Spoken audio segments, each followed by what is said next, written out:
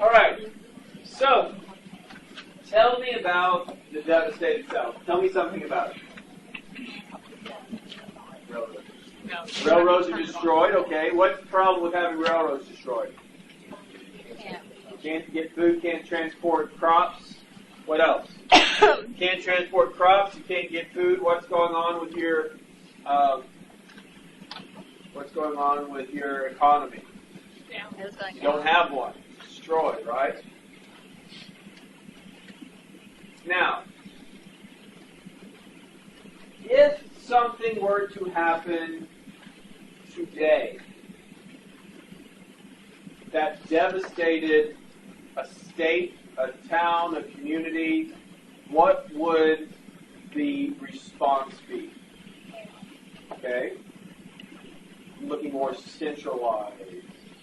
Let's say, okay, you guys are all familiar with the destruction of Hurricane Katrina in New Orleans. What happened when Hurricane Katrina hit New Orleans and destroyed everything? The people had to evacuate. A lot of people came to help, and where did they come from? Other places. And who oversaw all that? What entity did it? It was the government. The government went in and fixed the problems.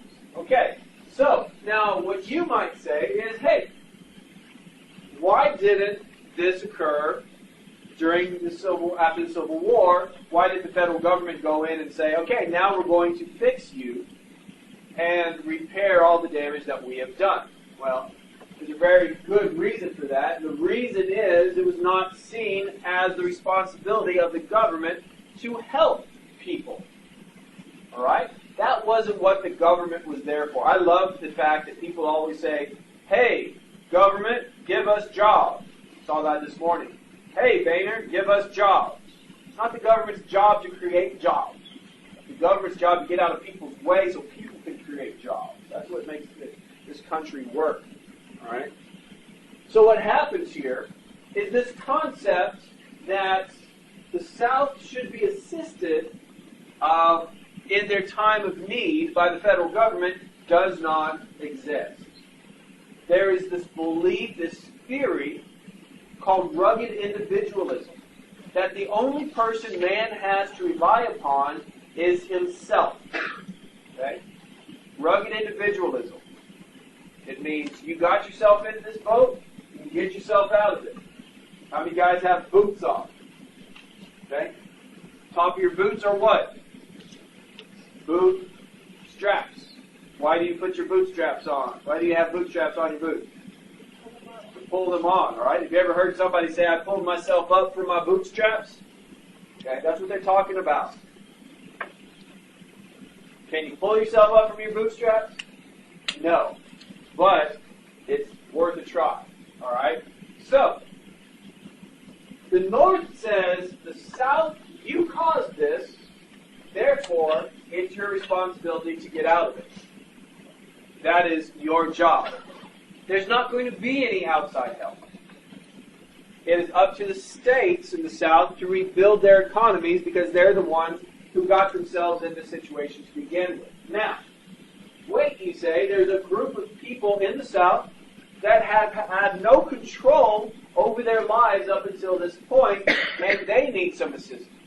Exactly right. There are always exceptions. And one of those exceptions is for the African Americans that have recently been freed. No longer are they slaves, they're called freedmen. Okay? These freedmen,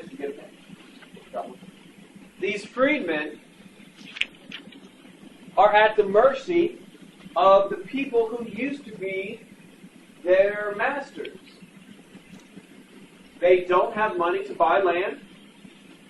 They don't have seeds to plant a crop. They do not have their own tools to harvest. As a result, they need some form of outside assistance. And what has started occurring is when the plantations were broken up, you would see the creation of what was known as tenant farmers. And what a tenant farmer would do is it was somebody who would work a lot of land, and then they would, that they did not own, and then somewhere about a third to a half of the crop that they brought in would be used as rent to pay for the ability to work that land. All right? Well, if half of your crop is going to rent, the other half is going to pay your family, and not your family, excuse me, to feed your family and keep you and your family alive. Tenant farming is going to be for them, the modern day equivalency of slavery, although they do it by legal means. All right? So to prevent too much abuse, now you can't prevent any of all abuse, but to prevent too much abuse from occurring to these freedmen, the Freedmen's Bureau would be established. And the Freedmen's Bureau is overseen by General Oliver Otis Howard, General O.O. Howard. And his job was to provide the education, the training, and in some instances, the legal protection to these freedmen to help them get on their feet.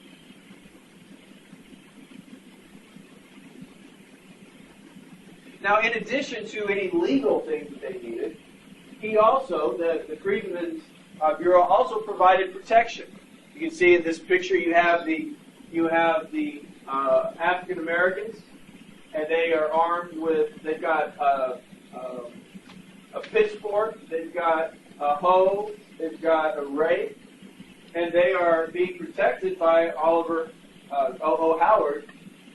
First, this group of scruffy Confederate, ex-Confederates. You can see because they've got a Confederate cavalry hat on. Here he's got another hat on. He's got a sword, their rifle, they've got knives raised, preventing them from being abused.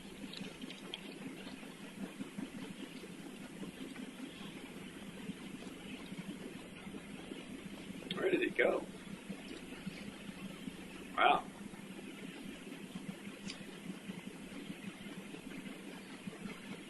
In 1865, the 13th Amendment is going to be added to the Constitution. The 13th Amendment abolishes slavery as a legal institution unless for punishment of a crime. Now, why is that section added in there? It's meant what? All right. How is being sentenced to prison time different than slavery? Well, you earned it, okay. But really, somebody could make the case that you're being forced against your will to do something that you don't want to do, yes? And who wants to go to prison? All right, anybody want to go to prison? In the old days when we used to register in person at Glenn College, I'd always have these students come up to me and say, I want to get into this class. Because they just print out, like when you look at the classes. We used to teach classes at the prisons in Navasota, and they would pop up as a P01. And I said, there's vacancies in this class. I said, well, you're not qualified. They're like, well, why am I not qualified? Because you got to be in jail to do that. You go rob a bank and get to that prison, and then we'll get you a class. In fact, they get it for free, so maybe you should do that. You don't do it anymore. Just try. The 13th Amendment is going to be ratified in 1865, okay? What was the 12th Amendment? Remember the 12th Amendment? It came after Jefferson and Aaron Burr went through 36 votes in the House of Representatives in 1804 to decide who the next president was. 1800. 1804 is when that amendment is ratified. So, Lincoln is still alive when the Civil War comes to an end. And because he is the man who won the Civil War, he has a certain gravitas, and that is basically political clout. That he can get away with things that other people in similar situations could not. Lincoln decided and believed that the best way to get the South back get out of the Civil War, get away from the Civil War, was to get away from these events as quick as possible. So he said the best way to get this finished, Civil War over, is to get the states back into the Union as quick as possible with as least punishment as possible. Why punish the South for? Its economy has been devastated, its agricultural base has been destroyed, its citizens are dead. What more can we do to them? So what happens is he says, I have a plan to get all of the states back into the Union as quick as possible. Once 10% of the states, once 10% of the state's population swears an oath of allegiance to the Constitution, they can start the process of coming back into the Union. Basically what they had to do is they had to create a new government and write a constitution. So it's the 10% plan. All right? 10%. Is that hard to do? 10% of the people, and we're talking white males. Okay? No, it's not hard at all. Okay? Congress said, wait a minute. No. That's way too easy. We want the South to pay. We want the South to realize they're the ones who caused this, and they're the ones who are going to have to pay the price of going against the federal government in this regard. Now, when you had History 1301, by the time that we got to the Civil War, where were the majority of Democrats located? North or South? They're located in the South. So, between 1861, when the South secedes, and 1865, when the South is conquered, who is in control of Congress? Republicans or Democrats? Why Republicans? Because they're in the North, and there are no Democrats. Well, there are some Democrats in the North, but usually they're very quiet. There are not many, and there's really none in Congress.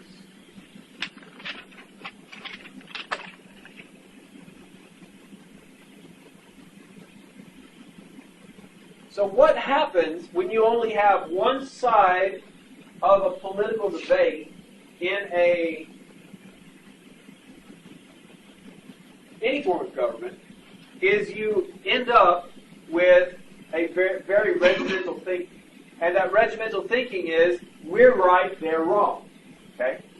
There's only one thing worse than divided government, where one house, then Republicans and Democrats share control of the government, or there's two parties in each house and they're fighting against each other.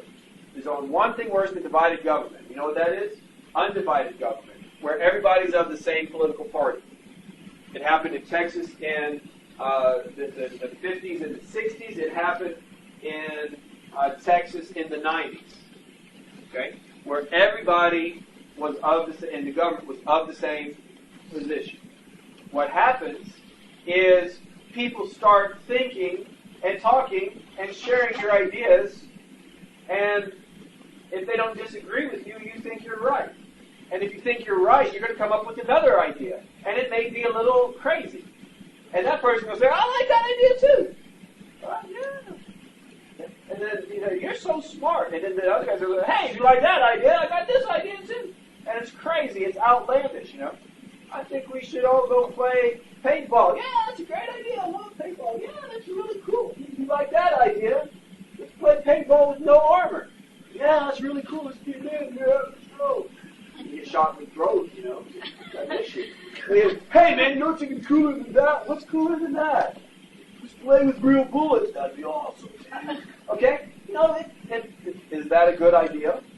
No. All right? Guys in the back going, I got that once. Not, you don't need to know. All right? Okay? That's just how it goes. You don't need to know that type of stuff. So, and that's what's happened because the Republicans control Congress. And because they control Congress, all they hear are Republican ideas. And usually when a Republican gives an idea and a Democrat gives an idea, the goal is to find a consensus and say, okay, a little bit of your idea is good, a little bit of my idea is good, let's go together and we'll have a compromise, okay?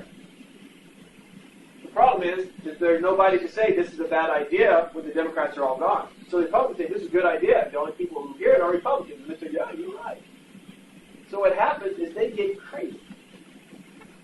And historians have called these people radical Republicans because they're so far off their rocker. So they introduce what is known as the Wade-Davis bill. It's introduced by Benjamin Wade and Henry Davis. The Wade-Davis bill. And basically what it says is 10% is way too easy. We want an ironclad oath of 51%.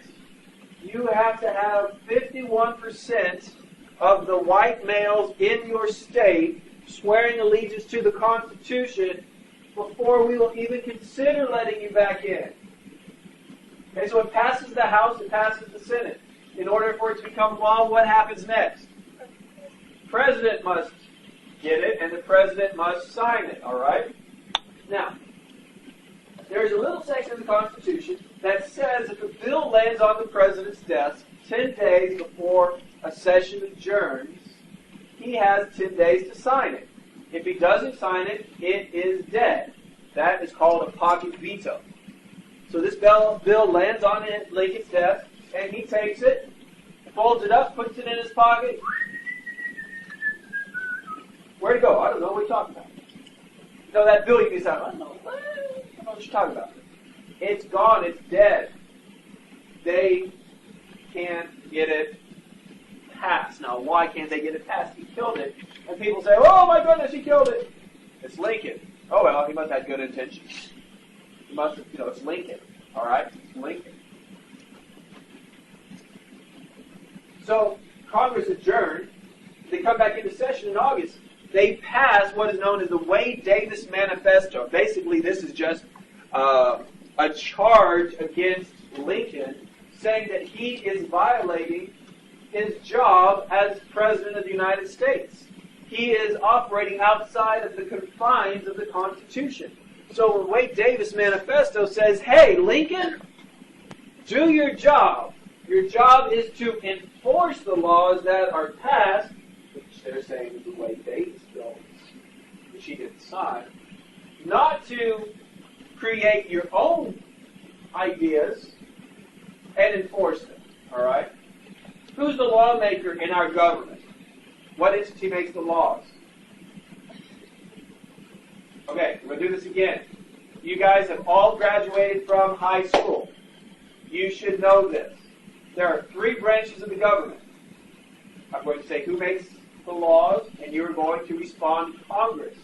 I'm going to say who enforces the laws, and you will say the president.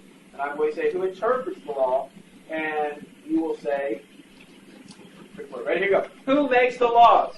Congress. Say it like you mean it. Congress. Who enforces the laws? President. Thank you. Who interprets the laws? Thank you. Now you have all graduated from high school. You're eligible to be in my class. Okay. Some of you have not. Yes. Graduated. Soon though.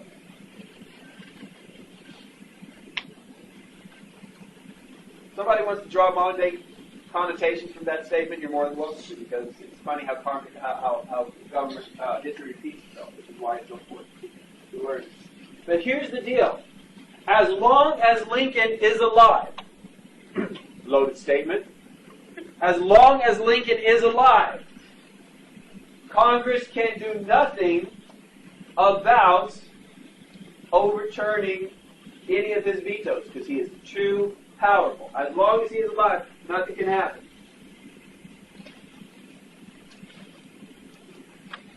April 14th, 1865. Abraham Lincoln and his wife, Mary Todd Lincoln, go to the Ford Theater to see a play entitled Our American Cousin. During a section in which one of the performers who played there knew that people would laugh, he snuck into the president's box and shot President Lincoln in the back of the head. Lincoln would die the next day.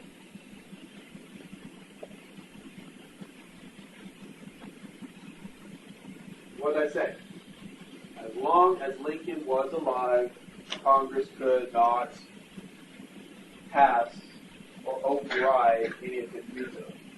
Sadly, no longer is that the case because he has died. The next president is Andrew Johnson, Lincoln's vice president. Andrew Johnson grew up in Tennessee, as poor as you could possibly be. Through hard work and determination, he was able to become a senator from that state. When Tennessee seceded from the Union,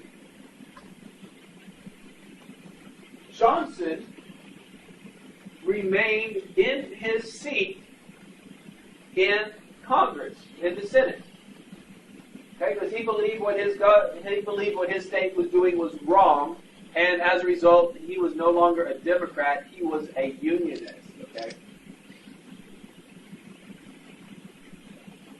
In 1864, as a show that there were no hard feelings between Lincoln and the South, Lincoln would choose Andrew Johnson as his vice president. So look guys, I am choosing one of you as my presidential vice president, as my vice president. This is the guy I am choosing to be my vice president. He's from the South. He's exactly like you, and there are no hard feelings.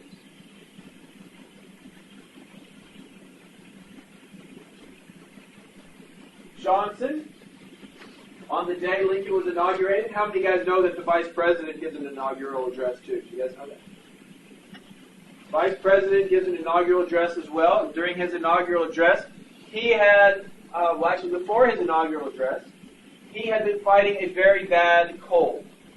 And with this cold, he had been doctoring it with a special type of cough syrup. Now, today, cough syrup is not as, shall we say, potent as it was back then. But by the time he gets onto the podium, his speech is slurred, he rambles, he doesn't make any sense, and he appears drunk. As a result, it's going to give him a reputation of, unfoundedly, of being a drunkard. Now, we're going to have presidents that are going to be drunks. That's quite common during this time period. Ulysses S. Grant was a recovering alcoholic. But when he gets into position, he is thrust onto the stage as the leader of the United States. Congress says, look, here is a guy that grew up poor white trash in Nashville, in Tennessee. I just saw the word Nashville. In Tennessee. And he hates everything to do with the slavocracy of the South. He is going to be on our side. Right? He is going to support our plan to punish the South. Well, Johnson gets in, doesn't take very long to show his true colors, and says, I am going to recognize, I'm going to follow Lincoln's plan, and I'm going to go one step further. I'm going to say Louisiana, Arkansas, and Tennessee, which by this point have already submitted new state constitutions, Reconstruction is over. All right? Reconstruction has been finished in these states. Now, Johnson's going to show himself to be no Lincoln. He is not a leader like Lincoln. Everything he does is going to be shown to be contrary to what Lincoln would have done. It's hard to follow a great president. We'll see that again when we get to President Taft, who follows Theodore Roosevelt. Has a really hard time living up to Theodore Roosevelt's legacy. Johnson has a really hard time doing that. He's just not the same type of man that Lincoln was. To make matters worse, at a President's Day speech, he gives a long-winded speech in which he talks to, he makes a comment to talking to the dead presidents. And he mentions the word, what is the one word you're not supposed to use anytime when you give a speech? If you're talking about presidents who have come and gone, if you're talking about anything, what is the word you should not use anytime in the speech? What? God? No. Oh, come on. This is 18. This is the 1860s. God's everywhere. Not like today where God's nowhere around. What? I will not give you a hint. Thank you. Very good. He uses the word I because it's I did this, I did this, I did this. So we talk about other things. Huh? First person? He gives 200 references to himself in this speech. Okay? And of course this is very bad form. It just adds more to people not liking it. But there's really nothing Congress can do at this point. At the beginning of 1866, Congress tries to extend the life of the Freedmen's Bureau by making it indefinite. All right? One of the problems Congress has is anytime, this is still today, anytime something is created temporary that benefits a certain group, there's a push to make it permanent. Okay? The Bush tax cuts, all right? Welfare was temporary.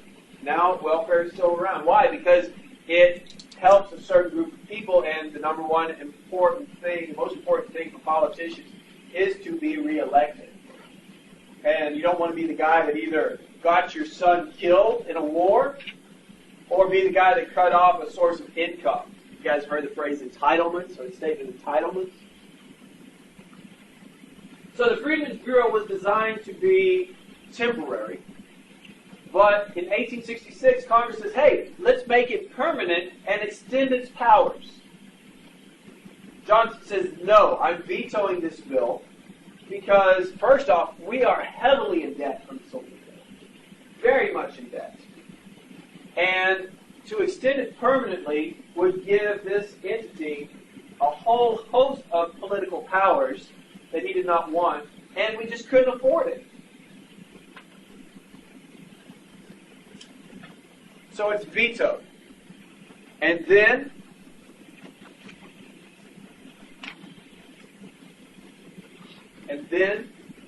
later on in 1866, he also vetoes the Civil Rights Bill.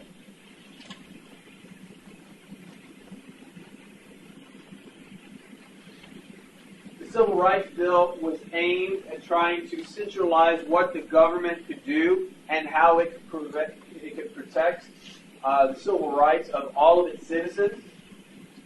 But the problem is, where are our rights as American citizens written down? Found in the Constitution, okay? They are found in the Constitution. Those rights are enumerated in our Constitution, okay? Can Congress give us rights? I sure hope you say no. Our rights are in the Constitution. Okay? We can have a debate outside the class where those rights come from. I have my firm belief where they come from. But Congress cannot give you anything. He vetoed this bill. Most likely, had it gone to the Supreme Court, it would, to see if it was constitutional, most likely it would have been struck down as unconstitutional. But it was vetoed. Now, what's important about this is that these are the last bills that he is going to be able to veto. All right? How does a bill get without getting overridden? Last bill he's able to veto without getting overridden. Now, how does a bill get overridden? A vetoed bill get overridden? 2/3 go to the House and the Senate. Bill passes, it goes to the President. President vetoes it, dead, it goes back to the House and the Senate, and they, by a 2/3 vote, have to approve it. Okay? All right. So, Congress cannot override this. That tells you, to this point, the radical Republicans did not have that much control over in Congress. Very important. Because what they are going to do next is trump the president. Now, how can Congress trump the president? You guys know what I'm talking about when I'm playing cards, right? Play spades. Spades are trump. You throw it down, throw a trump down, and what happens? You beat it, right? Whatever it is. Yes? Okay. there's one way to trump Congress, the Supreme Court, or the President. And how is that? How do you do that? I'll give you a hint. It's only been done 3 times as a constitutional trump. But the item itself is 27 times. No. That's a constitutional power. We'll get to that second. You can impeach or remove a president. Yes, that's true. But the next president could veto it as well, right? Yes? Yes. Yes. Okay. So what happens is the way you trump it is you make it the Constitution, part of the Constitution.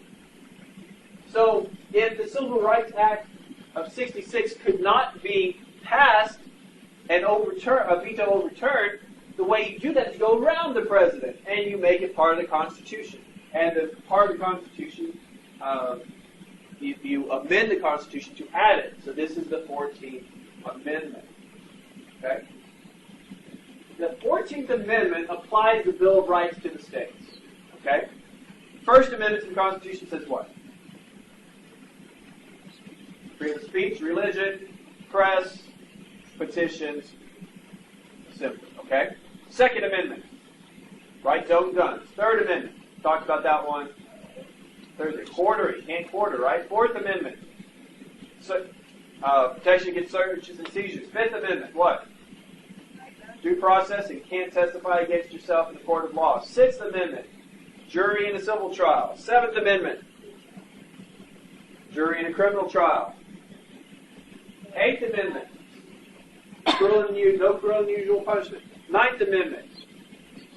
Ninth Amendment says that you have other powers not specifically mentioned in the Constitution. Also the People's Rights Amendment. 10th Amendment, State Rights Amendment. Those powers not delegated to the federal government, nor the states, denied to the states or reserved for the states. Now we'll get to that one a little bit later today because it's going to come into play.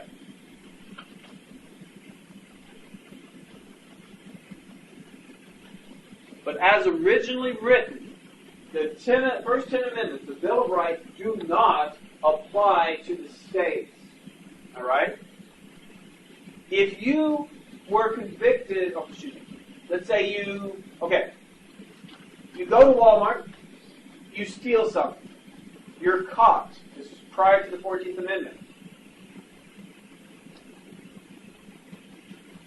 You're thrown in jail, and in jail, you say, I did it, I am guilty. What you going to do about it? Well, you know what they would do about it? They go to court, they say, here is his written confession. Now, wait a minute, somebody says, that's a violation of the Fifth Amendment. Aha, remember I said prior to 1868, the 14th Amendment, it doesn't apply to the states. It only applied to you as a federal citizen. Okay? Now, why would they do something that stupid? Well, originally, as originally written, there was very few things that the federal government actually did to you as a citizen. I know that sounds humorous today when, every time your webcam is on, or you don't think it's on, somebody is on the other side of it looking at you from the NSA. So, what happens is the Bill of Rights had never been applied to the states before because the states had their own Bill of Rights. In Texas, our Bill of Rights is the first article of our Texas Constitution. So now, states have to protect your Fifth Amendment rights, your Fourth Amendment rights. All of the first 10 amendments have to be upheld by the states. Second, freedmen are made citizens. Now, are citizens allowed to vote? Who in here is under the age of 18? Okay, some of you are under the age of 18. Are you citizens of the United States? Yes. Are you allowed to vote? No. Same thing there. Freedmen are made citizens, but they are not allowed to vote.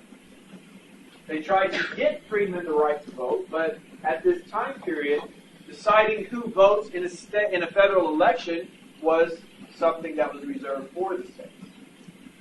Okay? It's up to the states to decide. That will change in a minute.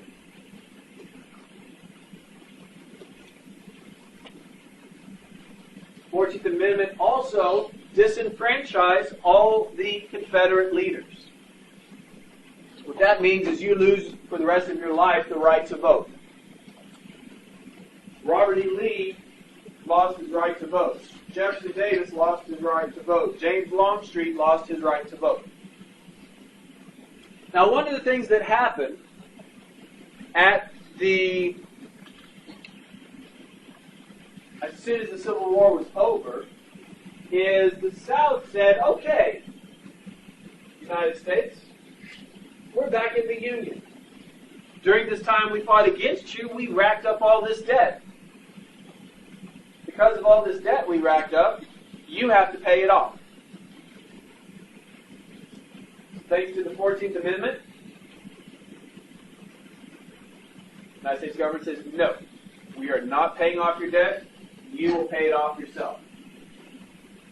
Now, how is this received? Well, the South doesn't like it. They don't like the fact that all of a sudden these freedmen have all these rights and have all these supposed powers and authorities to do things. As a result, you would see passage of state laws that brought into effect segregation. You'd have white drinking faucets here. You would have colored drinking faucets over here. Notice I use the word colored. I did not say black. I said colored. Why? It's very important. Because when we look at this, we seem to think in abstract, white or black. What is the difference between white and colored? What else is included in colored? Indian, Hispanic, things like that. Why do I mention this? Because whenever we talk about this, it seems like historically we break it white and black, and that's not the case, because also included in there is what? Other ethnicities. All right? Okay. I'm giving you the worst examples, all right, of these black codes. So some states may have them, some states may not. If you were found as an African American, if you were found walking along the street, you had to have your papers which said where you worked and why you were out in the street at a certain given time. If you did not have these papers, you could be thrown in jail, or you could be hired out by force to one of the local farmers against your will. Okay?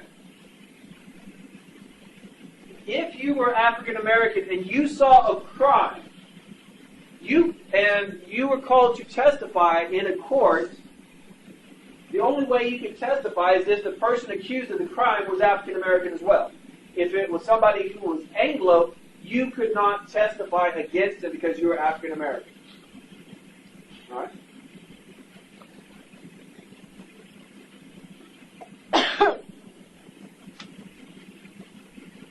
If you rode on a train, you had to go to the back of the train. It's not until 1898 in Plessy versus Ferguson where, even though you are on the back of the train, that was okay because it was separate but equal. All right? It was separate, but you had the same thing. It never was. Just said it was, they have a seat and you have a seat. Anybody been to an old church before? Those old-fashioned churches with like the benches like that, wood, like straight. Okay. The big difference between that and the Barco lounges I have in my church, you sit down and you get all comfortable and go to sleep while the pastor's preaching. They're separate, but they're equal at the same time, right? They're both benches, both places to sit. So what happens is Congress is going to work to abolish these laws, but they're not going to be overly successful. A lot of these laws are still going to be in existence into the 1960s. My wife's grandmother grew up in Dalhart, Texas, which is right outside of the New Mexico border.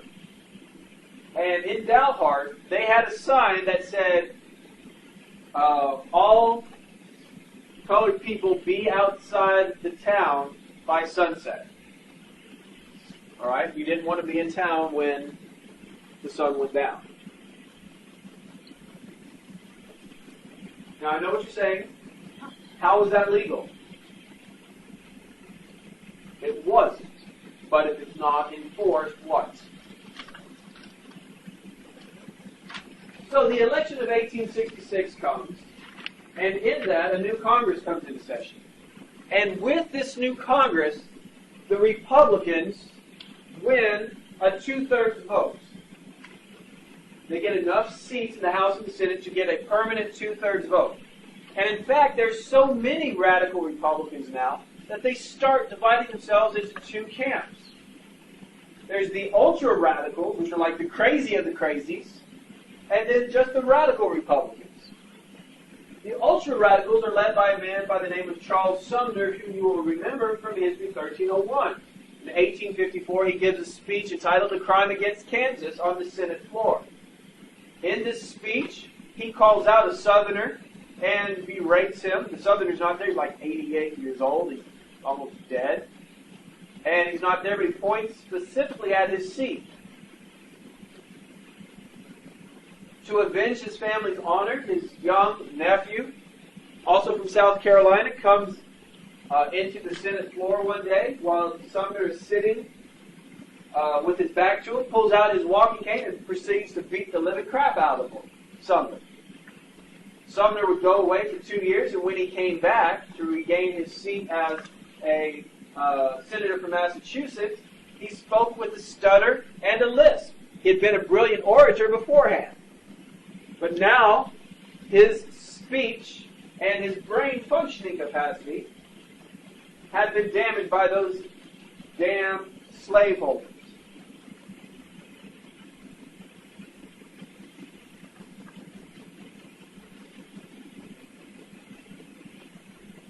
After the Civil War, the stutter and the lisp disappeared. He affected it to gain support for his cause. The regular radicals are going to be led by Thaddeus Stevens. And Congress is going to put together a council of 15 members, known as a Council of 15, that would control Reconstruction. They had a ultra-radical majority, so that meant pretty much anything they wanted went. Of those 15 members, 8 were ultra-radicals, and the rest were just the regular radical Republicans.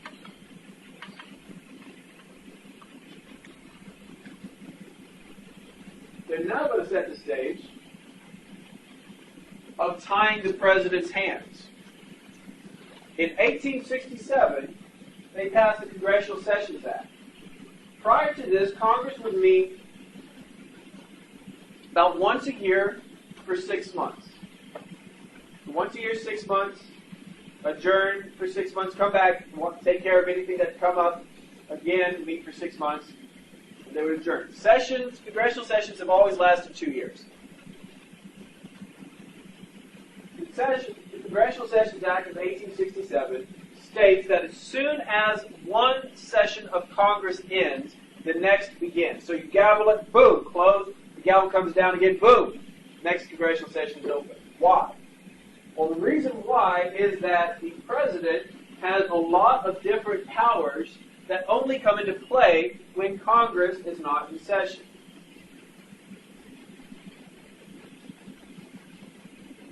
One of those is the power to appoint people to office when there are vacancies.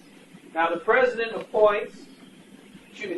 nominates, and the Senate confirms positions on the executive branch. So if I want to appoint somebody, I would say, I'm going to nominate you to be the next member of the National Labor Resource Board. Okay? And I would put you in that position. And then when Congress finally got around to being back in session, they would confirm you. To prevent Johnson from having that authority, they made it so that there were no breaks between sessions. So any vacancies that came up would have to be confirmed by the Senate. Second, the President is Commander-in-Chief of the Armed Forces. Congress passed the Command of the Army Act of 1867, which stated that the President is not in command of the Army. Congress is in command of the Army, and the General, the Lieutenant General in control of the Army, replies directly to Congress. Took Johnson out of the loop. The third issue is the Tenure of Office Act of 1867. The Tenure of Office Act of 1867 makes it illegal for the President to remove people from office in the executive branch. Okay? Makes it illegal for the President to fire people from the executive branch. Now, wait a minute, you say. Doesn't the President have the authority to appoint people to position in the executive branch and the Senate will confirm them? Yes, absolutely. And they serve at his leisure. What that means is that when the President no longer has confidence in a person's ability to work, he can fire them. This happened in 2006 after President George W. Bush experienced the loss of the House and the Senate in the midterm election. The next day he came out and he said, all right, I understand. I got a whooping. I understand the American people voted against me. They don't like the way the war in Iraq is going. I'm going to fire my Secretary of Defense and appoint somebody new. So we'll get new blood in there and have a different approach. And that's what he did. He fired Donald Rumsfeld and appointed the then president of Texas A&M, Robert Gates, to be the new Secretary of Defense. Okay? That's his power. That's his authority. Congress says, not anymore. All right? They're trying to tie Johnson's hands as much as possible. Now, all three of those passed with veto-proof margins, which meant that Johnson could not veto them without them getting overridden. Congress then sets the stage for taking wresting control of Reconstruction of the South away from the President and giving it to them. They passed the first of three Reconstruction Acts. First one in 1867, in which the South is going to be divided into 5 military districts, each one overseen by a military governor. The military governor has the authority to appoint and remove anybody he wants from any political position in any of those districts. Now, remember I said Louisiana, Arkansas, and Tennessee had already been readmitted into the Union. Congress says, not anymore, and kicks them back out. Because you're going to go through this process.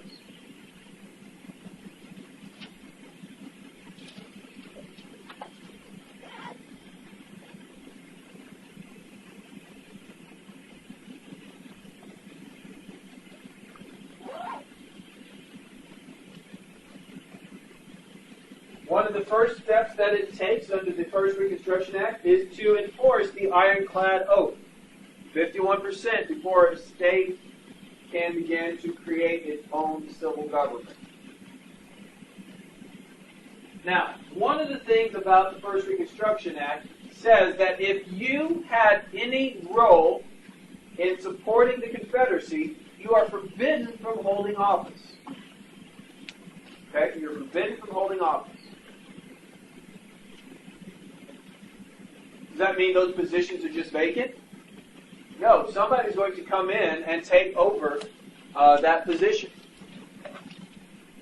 But where are they going to come from? That's a great question. The pool to draw from is going to be very limited. Who was it in here that raised their hand or who watched Gone with the Wind? Who was it that watched Gone with the Wind? Yes. Who's seen it? Somebody put on their form that they watched Gone with the Wind. Some of you have seen it, all right? There's this scene in Gone with the Wind where Rhett Butler, it's Reconstruction time period, Rhett Butler and Scarlett O'Hara are walking down the street. And as they're walking down the street, this wagon pulls up, and in this wagon is this guy dressed in a black suit. He's got his top hat, and he looks at Rhett and he says, "I say, good sir, could you tell me where the courthouse is? And Fred says, of course, my good man, it's down this way. And he points down there and he says, well, thank you, sir. And he gets out of the wagon. And when he gets out of the wagon, he pulls out these bags. And these bags look like somebody took this carpet, cut a giant rectangle out of it, folded it in half, and put a clasp on it and a latch. That was a popular type of luggage at the time period, and they were known as carpet bags. So what happened is, in order to fill these vacancies in the South, people from the North would come down to fill these positions. So a carpetbagger is a derisive term used to talk about somebody who comes from the North to take a position in the South. See, here's a carpetbagger coming in. He's got his carpetbags and he's heading down south, and he's going to take a job that Southerners can't because they're forbidden from doing so. Look at him. Does he look like a nice guy? He doesn't look very nice. He looks kind of mean to me. The second type of person, I'll go back to my example. The carpetbagger talks to Rhett Butler. Rhett Butler is a scalawag. A scalawag is a Southerner who sided with the Union during the Civil War. All right? Rhett Butler never goes to war. He always is seen in odd little places. And he makes his fortune assisting the Union during the war. Wait, so what were scalawags again? Scalawags are Southerners who assisted the Union during the war. So these people are going to be hated by the Southerners because they are profiteering off of the South's inability to govern themselves. All right? And if I was to run for governor of Texas, my goal would be to do what's best for the people of Texas. If somebody from the North came down and was appointed the governor of Texas, his goal would probably be to make as much money as possible. Give you an example. During Reconstruction in Texas, a guy by the name of Edmund J. Davis becomes governor. He was a scalawag. The reason he becomes a scalawag is because the reason he becomes governor in Texas, a Democratic state, is because when he is elected, only Republicans are allowed to vote. Okay?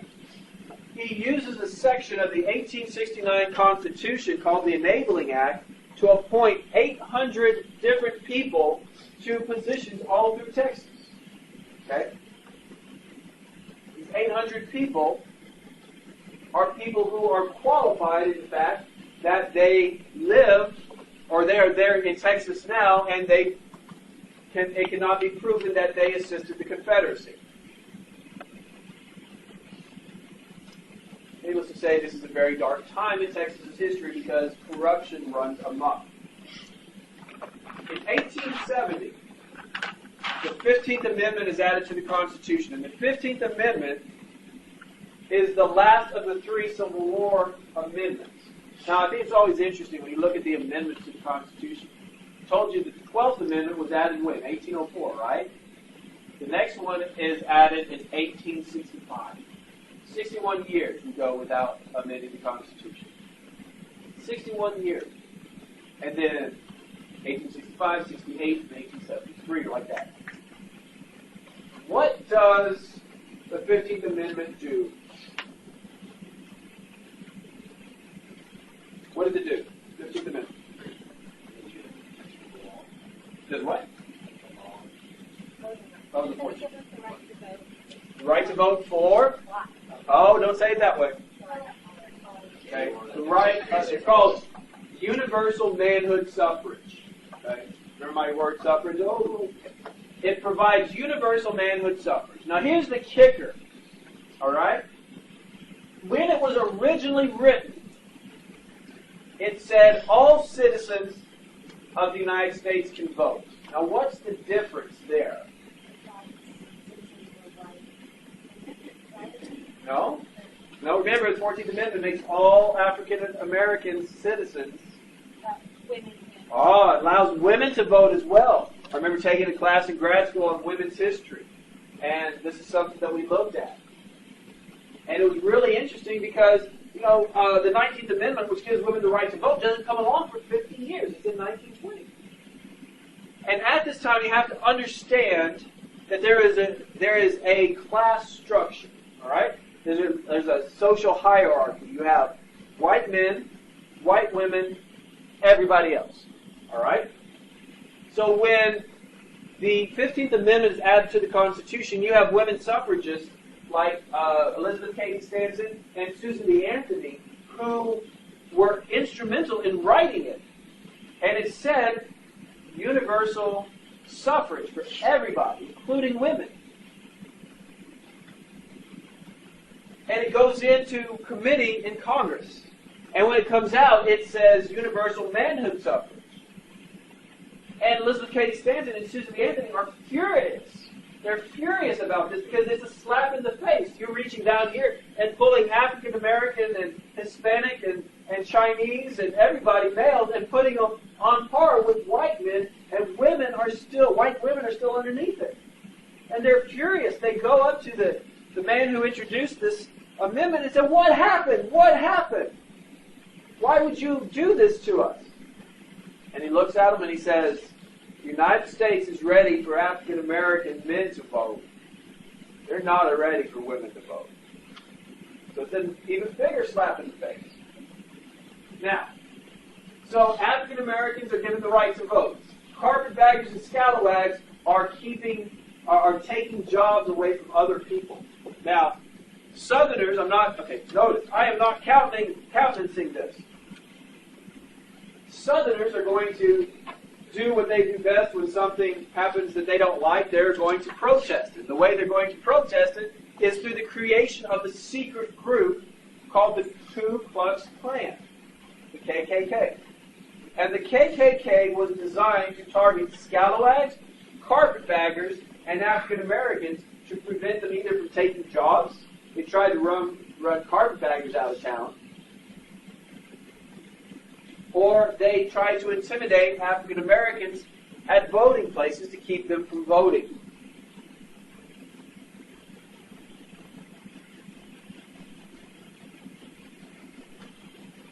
The KKK would exist for about 30, 40 years.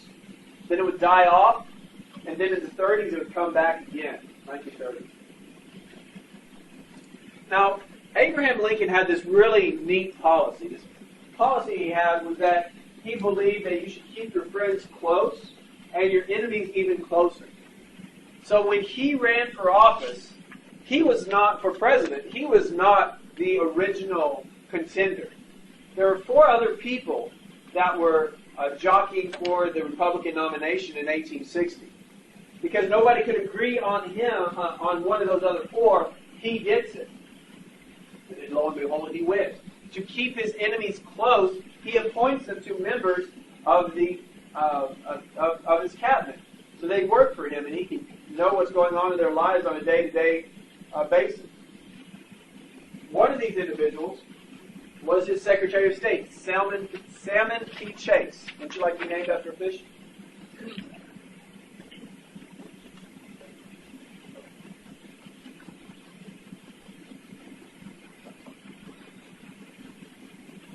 Salmon P. Chase was Lincoln's Secretary of State.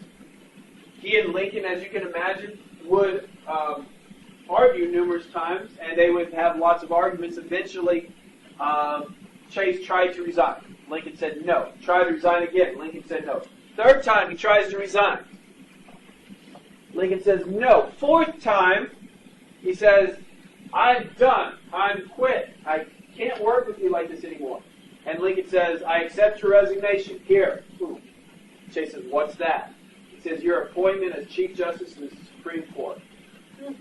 Roger Taney had just, I don't know if he stepped down. Knowing him, he probably died. I knew that dawned on me earlier in the previous class. I didn't figure that out. Was no longer Chief Justice. And as a result, there was a vacancy. So Lincoln appoints him to it. He was originally Secretary of State to Lincoln. During this time period, there are 2 major pieces of a Supreme Court, two major Supreme Court decisions that are really still with us today. First is Ex parte Milligan, which is in defense of Milligan. In this case, an American citizen committed a crime. This citizen was then tried in a military court in the South, okay, and convicted. Okay. How many guys have had a ticket? Okay. Most everybody's had a ticket, all right? When you go to pay that ticket, do you go to a civil court or a military court? A civil court. Military courts are for military people, all right? And there's a whole bunch of different rules. Like you cannot appeal a military ruling. You can appeal a civil ruling. Okay? In this case, Milligan was sent for committing a crime to a military court, even though in his state the civilian courts were open. All right? The federal government said, we're going to send it to the we're going to send you to a military court. Violated his rights. In this case, the judgment was overturned, and it was decreed that if a court is open, a civil court is open, you go to that civil court. You can't skip and go to a military court.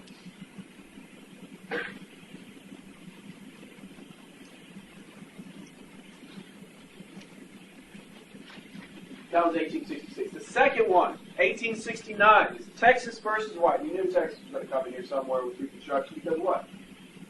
Texas is the only state that came into the Union as a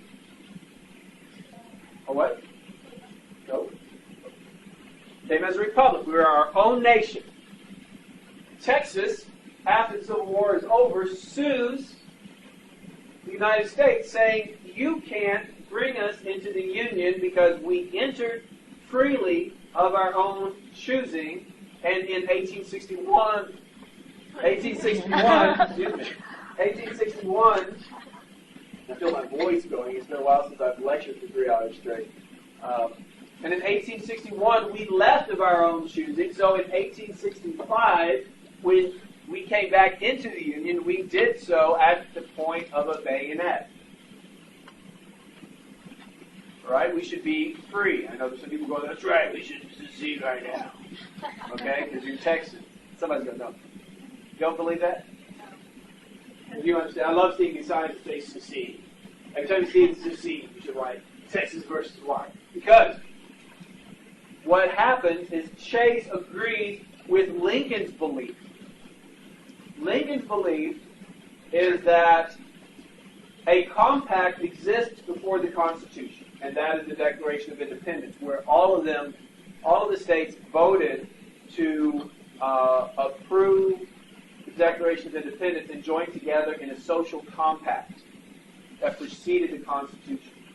See, Texas said, you'll remember this from your federal government classes or the History 1301 classes, is that in the Constitution, nothing is said about secession, leaving the Union. Therefore, since it is not specifically given as a power to the federal government, nor is it denied to the states, I told you it would come back, the 10th Amendment comes into play. And it says, the 10th Amendment says, those powers not given to the federal government nor denied to the states are reserved for the states. So therefore, Texas says, we can leave. Because it's the reserved power. Okay? The one section that nobody who ever makes that argument remembers or conveniently chooses to forget is that it says, and a federal judge will make the decision as to whether or not it is delegated, denied, or reserved.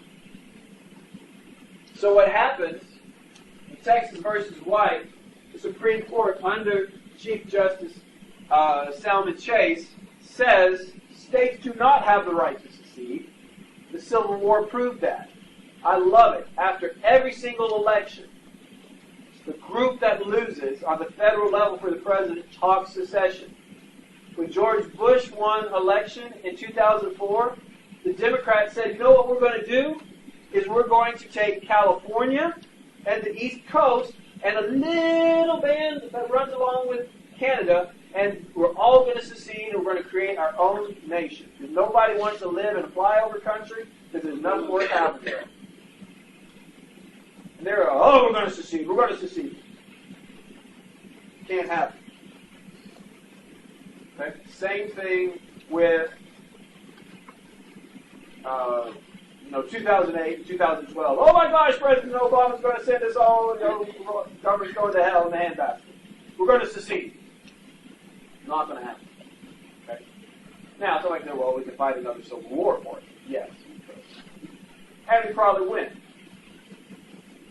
Because we're Texans. But they thought that in the Civil War as well. I like the fact, you look at 50% of the petroleum industry is in Texas. No, 2/3 of the industry is in Texas. Petroleum industry is in Texas. And 51% of the weapon munitions is in Texas. Yeah.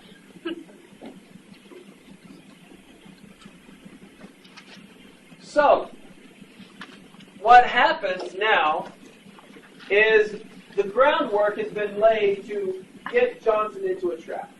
By the time Johnson ends his term, it has taken less than 30 minutes for a bill to leave Congress, arrive on the president's desk, Johnson to veto it, and then Congress to override it.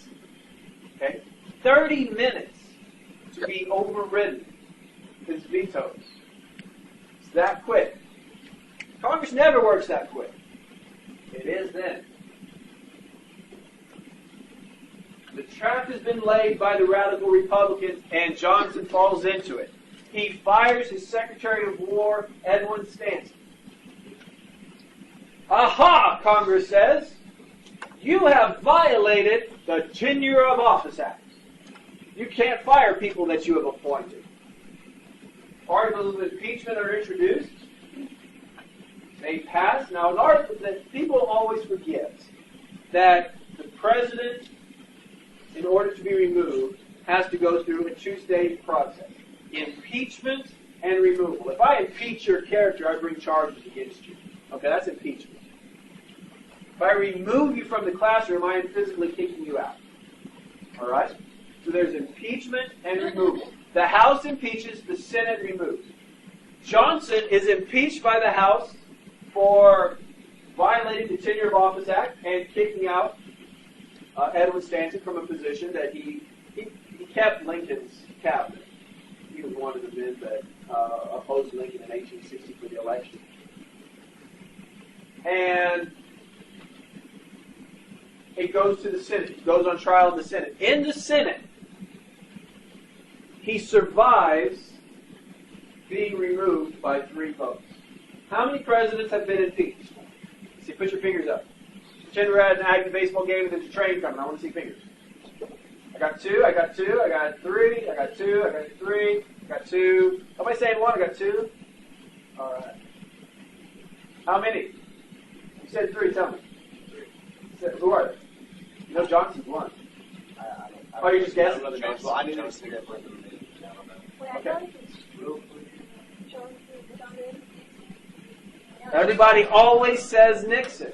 Here's the deal. It's 2. Johnson and Clinton. Clinton was impeached. He was impeached. He was not removed. That's the difference. Clinton was impeached and not removed. No president has ever been removed. Nixon, there were articles of impeachment introduced in the House. They were about to be voted on. When he resigned, he would have been impeached. He would have been removed. But he got out of Dodge before him. So, one of the reasons I think that he escaped is that the impeachment occurred in 1868. They'd already survived with him for 3 years, and there was no way he was going to get renominated.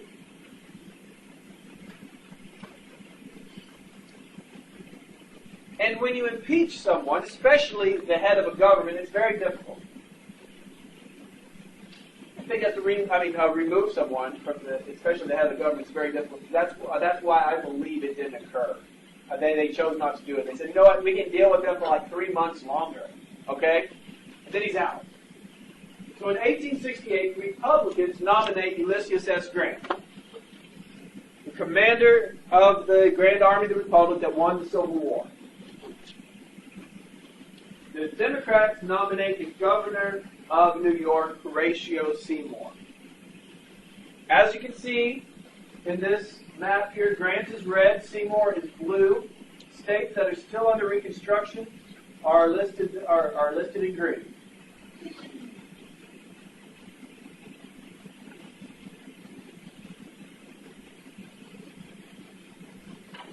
It's not close. One of the things that the Democrats are going to pay the price for is a process that the Republicans call waving the bloody shirt. And in waving the bloody shirt, what they are doing is they are reminding people who is the party of the Civil War. They caused the Civil War. But Megan, who are you voting for in the next election? Oh, you're voting for the Democrat? You're going to vote for Seymour? Sure. You are? No. Wasn't your dad in the Civil War? Yeah, that's right. Didn't he? How's he doing? He's lost his leg in the war. He's all right. I mean, other than that, oh yeah, he's a farmer. Can't do a very good job tilling when you don't have a leg. Oh, he lost the farm because of that. Oh, it's terrible. It's terrible. Your parents are in the poorhouse because of that. Oh my goodness. And who shot your dad? Oh, it was a Confederate. It was one of those rebels. And where are the rebels at? Oh, that's right. They're in the South. And what political party did he vote for? That rebel? Probably a Democrat. No, those stupid Democrats. So wait a minute. Wait. You're voting for the party that started the Civil War, that caused your dad to get drafted, that caused your dad to get shot in the leg and lose his leg and had to be amputated and then lost a farm and you're in the poorhouse and you're going to vote for this guy? Oh, wait a minute. No. What'd you say? Oh, you're voting for Grant. Well, that's a good decision. I like that. That's a good decision, man. I'm glad. Say there, I thought you were going to make a bad decision and vote for a Democrat. That would be stupid. But you know what? We might start the Civil War all over again. Who knows? It's called waving the bloody shirt, remembering who caused the Civil War. Now, here's the deal. Between Lincoln and Woodrow Wilson in 1920, there are going to be 14 elections. 14 elections. And in those 14 elections, Democrats are only going to win twice. Twice. So waving the bloody shirt, is it going to be effective? Absolutely. Have a good weekend.